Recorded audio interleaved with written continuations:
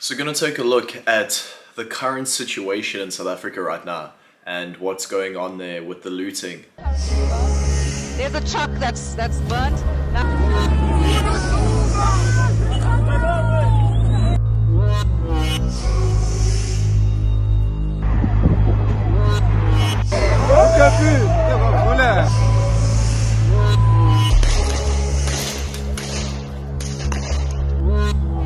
The situation in South Africa right now.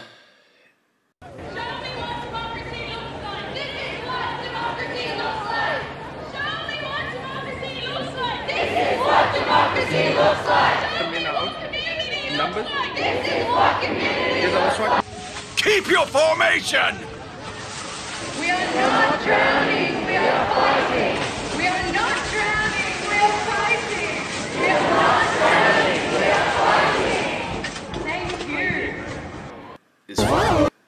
It's been gradually getting worse for a very long time. And I think COVID-19 was the catalyst to push it over the edge. Take a look.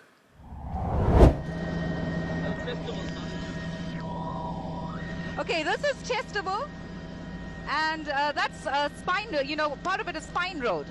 Now this takes you to Chestable, and what we're witnessing right now is Dunlop tires that's being looted, another warehouse there that's being looted, and there's a truck there that's currently burnt. There's a truck that's burnt. Now there's well over 1,000 people here that are looting two huge companies, and this crowd actually is taking up more than 2 kilometers. In fact, if I go on the other end, it's a 5-kilometer radius crowd. Because look at them, look at the store here that they are all behind. And there we go. Can you see that? And the roadway, look at the roadway. This is the roadway, and it continues even behind me, which I can't give you visuals for. That's the truck that's burnt down, completely burnt. And this is the Dunlop there that they are also looting. Now you can see the vehicles that are parked here are loading. They are loading what is being looted. There are also people carrying things that they are looting.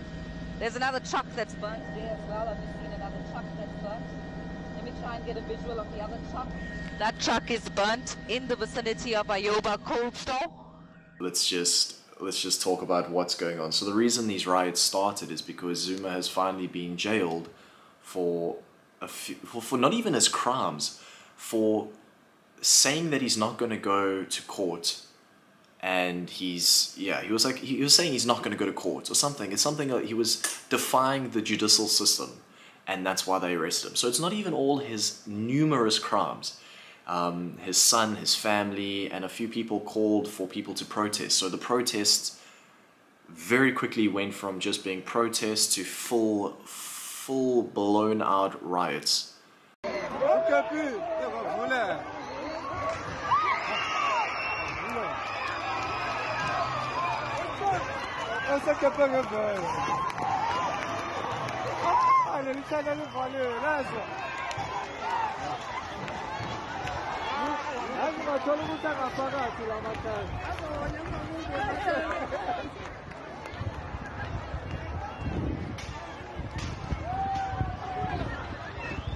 Zuma came into the presidencyship in 2009 till 2018, and in that time he met the Guptas, the Gupta brothers, and Zuma and the Guptas pillaged and looted South Africa out of billions of rand to a point that it's going to take the country years, decades to recover. He stole money to build his house. In South Africa, the country's president, Jacob Zuma, is facing calls to resign. This after South Africa's highest court determined Zuma broke the law in using public funds to renovate his private home. The Constitutional Court ruled Mr. Zuma improperly used $15 million in state funds for home upgrade. Absolute joke, go look at that. And yeah, they built a whole bunch of shell corporations and moved money through Dubai, moved money back to India, and we have so many corrupt deals, backhand tender deals, that are pushing forward nuclear power plants and other plants that make no sense, but because people are making a huge amount of money on the kickback on the tender. So tenders in South Africa are government contracts that are given to various individuals and companies to do projects for the country. But now the problem with our tenders is they are given to people within the ANC inner circle. So if you have friends, if you have family, usually those tenders are given to those people who don't have knowledge about how to do said project. But because there's so much money on the line, people learn, and you have houses collapsing and things just going absolutely balls up.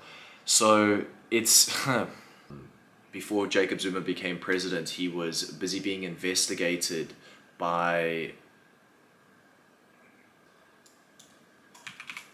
When Zuma came into presidency, he was already being investigated. So we had a task force, a private investigative task force called the Scorpions, and what they did is they investigated politicians and corrupt business dealings.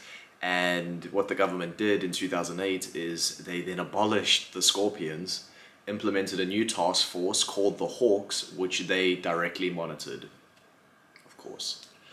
Our police force is so overwhelmed by the current situation that they can't even keep up. Communities have had to start coming together to help the police, and large amounts of communities are coming together and forming their own little mobs to keep their areas safe, keep their community safe, keep their buildings and shopping centers from being completely looted. So we stand in front line here. There's all the looters.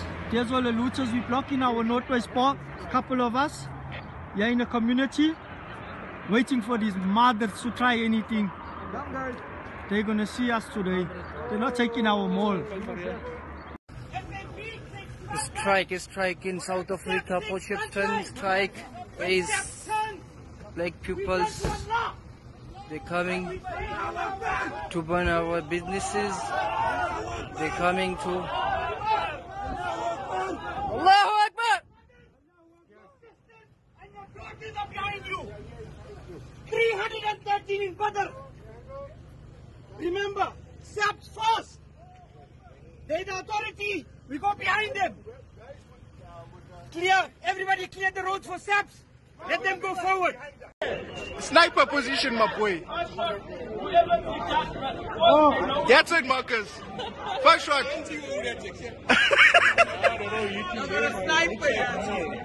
I could see just in my neighborhood how bad and desperate things were getting.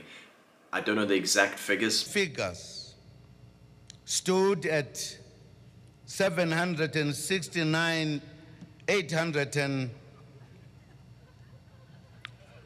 700, listen properly, 769,820. Probably nobody does, but if you had to look and see the unemployment rate there right now, it's terrible. You know, on top of that, you have mobs that have gone from just looting stores and warehouses and malls to now trying to loot and steal from people's homes. Hey! We are coming for you. That way. Hey! Oh, God.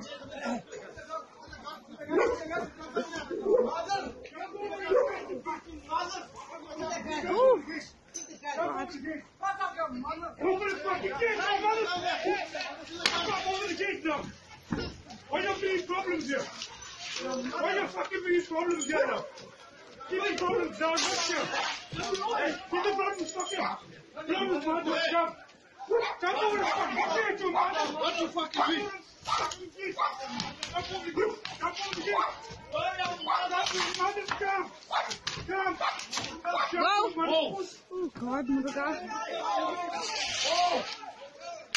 Open this fucking gate here. Open the gate. Move!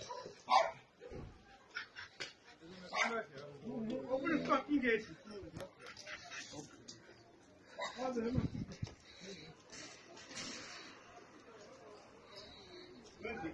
Oh,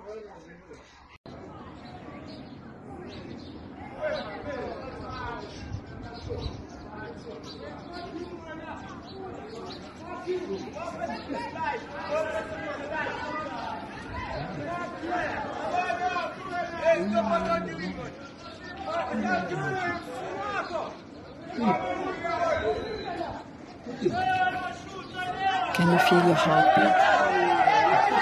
Can you hear your breath? The army hasn't been deployed. I think they're only now being mobilized like a week into it. A week into it, they are only being mobilized now.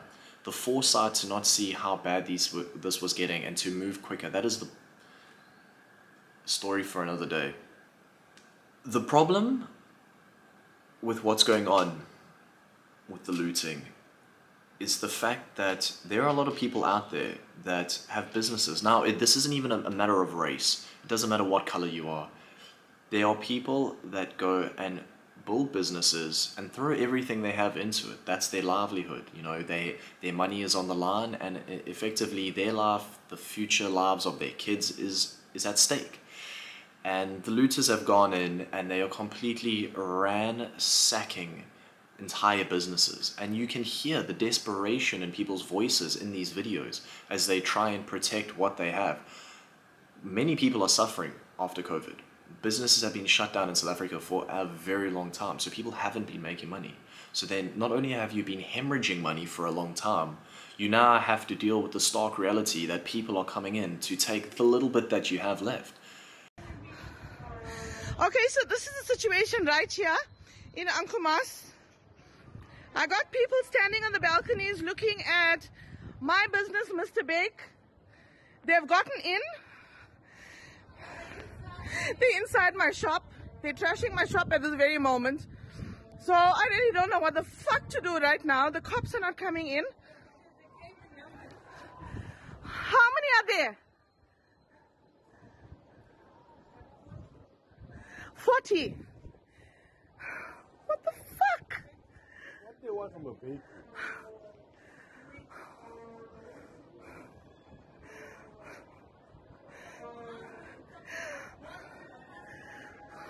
Fuck.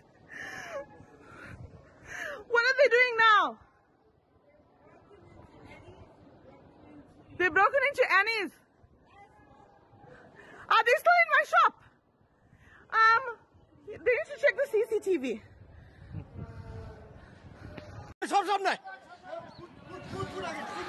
Shoot them! Shoot them! Shoot that side! Shoot that side! Push it! Shoot that side! Shoot that side! Hey, shoot! Shoot them! Shoot, Magunyo! Shoot! Shoot! Shoot!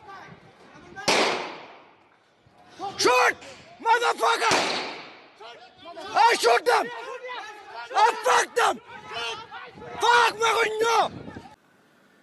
So I guess in closing, I just want to say this is, you know, in all seriousness, a very serious situation that's going on. I still have friends, I still have family in South Africa, and there's a lot of people, you know, that have lost a lot of loved ones during this time, that have lost everything. I just hope that South Africa might learn from this, but looking at history, I don't think so. Everyone in South Africa, I send you my thoughts and prayers, whatever good that does, and stay safe. Oh, hey, hi, thank you for watching. If you liked the video, if you didn't like the video, if you have any comments, any questions, please leave them down below. Takes a long time to edit these videos, and any help and feedback, you know, just taking a few seconds to like something really goes a long way. So if you've managed to make it this far, please just drop a like or a comment. Thank you.